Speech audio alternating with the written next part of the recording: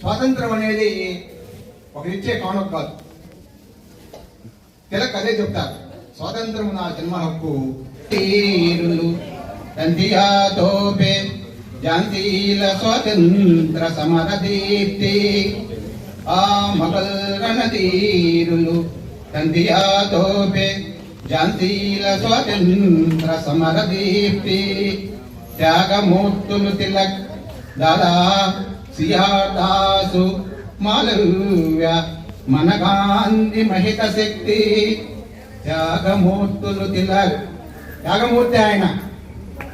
స్వాతంత్రము నా జన్మ హక్కు అని చెప్పి మొట్టమొదట బ్రిటిష్ వారిని ఎదిరించి మాట్లాడిన వ్యక్తి అన్నమాట ఆయన.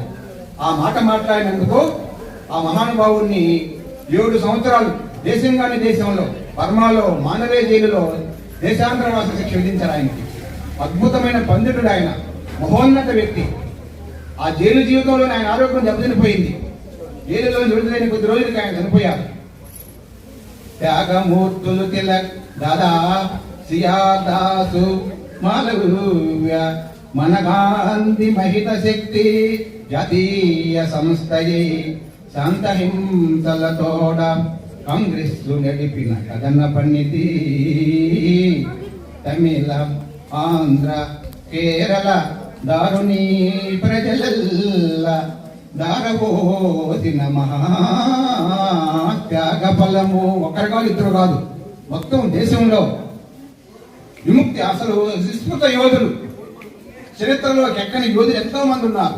ఆంధ్ర, కేరళ దారుణీ ప్రజలల్ల దారబోసిన మహాత్యాగ ఫలము. మాతృదేశము కావ, సుభాష్ చంద్రబోస్ మహానుభావుడైన. మాతృదేశము కావ శాస్త్రౌయుడై బోసు పడరానీడుమలు పడిన క్రమయు. పండిత నెహ్రూజీ పటేల్, పండిత నెహ్రూజీ పటేల్ రాజాజియు నిరపిన రాజ్య పటిమ.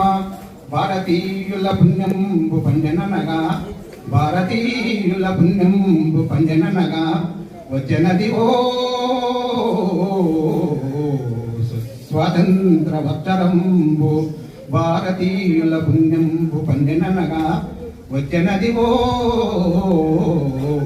స్వాతంత్ర వత్సరంబు. తొలి భారత విభవంబు వెలియేరియా వచ్చనదివో సుస్వాతంత్ర వత్సరంబు. పొద్దుగూకుల సుశుభములు పొందురయ్యా. ఇక్కడ చమత్కారం, సుశుభములు. వాళ్ళంతా కష్టాలు పడ్డారు, ఆ శుభములంతా మనం పొందుతున్నాం. 1947 ఆగస్టు 15వ తేదీన అమరగాయకుడు ఘంటసాల వారు ఈ పద్యాన్ని ఆలపించారు. ఇది గ్రామ్ఫోన్ రికార్డుగా మనకు రికార్డింగ్ అందుబాటులో ఉన్నది. ఘంటసాల వారు కూడా స్వతంత్ర సమర యోధులు. ఆయన బ్రిటిష్ ఉద్యమంలో పాల్గొని జైలు శిక్షణ అనుభవించారు. స్వాతంత్రోద్యమ క్రమము, త్యాగధనులు, వాళ్ళు చేసిన పోరాటాలు ఇవన్నీ ఉన్నాయి.